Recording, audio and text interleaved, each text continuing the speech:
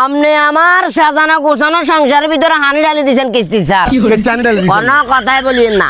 I আর হলাল্লা বলি সম্বন্ধ করবে এক বাইট গেছি ওমা মাইয়ার বাপের লগে মোটামুটি এক প্রকার কথাবার্তা ফাইনাল করে লাইছি কিন্তু কি হলো দিন শেষ সামনে ফট করে এটা ঢুকি গঞ্জ আপনার কাছে কিস্তি হান এই আপনি কিস্তি হান কইবার হরে মাইয়ার বাবা ফট করে কিস্তি হাই না কিস্তি হান তো আপনি এমন ভাবে কথা কোন মনে হয় আমার কাছে টেয়া হাই না রে ভাই না এই জন টেয়া আছে না টেয়া থাকা সত্ত্বেও আমি না টেয়া দিতাম কিয়া না দিতাম না দিদিন গেল আপনি কিলে দিমু আমি মিছে লাউডার করে এটা গেছেন কিলে আপনি আই টেয়া মই যামু না আপনি যাইবেন ঠিক আছে আপনি আর বাইতে আইতেন আপনি আর বাইতে আরে না আইলে আর ফোন দিতেন আপনি ফট করে হেঁটে যাইবের কারণে হেতার গোলকে যে একটা সুন্দর সম্পর্ক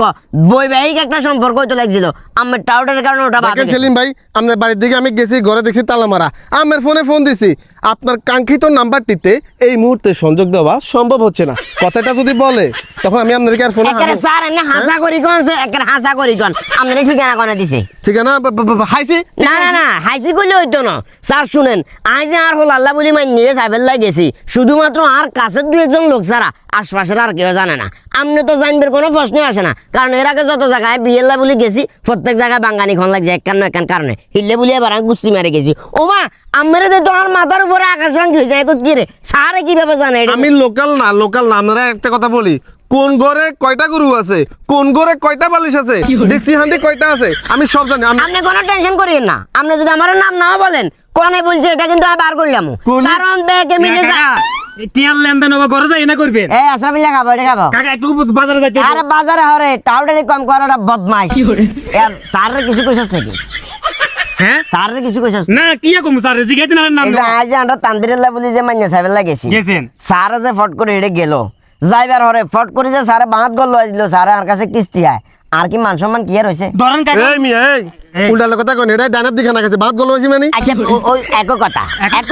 কাকা শুনেন আপনি যে আমারে একটা কথা বললেন এখন আই আমাদের একটা কথা বলি ধরেন আমগো এলাকাতে ধরেন একটা মানে মুরব্বী লোক চলি আইছে এই পোস্ট চিনেন না মেঞ্চের বাই চিনেন না আই যদি হেরে বাইতে চিনে দি এটা একটা ইবাদত ন ভাই চিনে দিও না ইবাদত কিন্তু হরবাই চিনে দিও কারো হরবাই চিনে দিও না ইবাদত ন আই বুঝি গেছি তোর কথার তো না আই বুঝি গেছি তুই কিস্তি স্যার নিজে লাগাই দিছ স্যার পিছনে কেন টাউডারিটা করছস বাতিজা আহা রে কাকা রে এই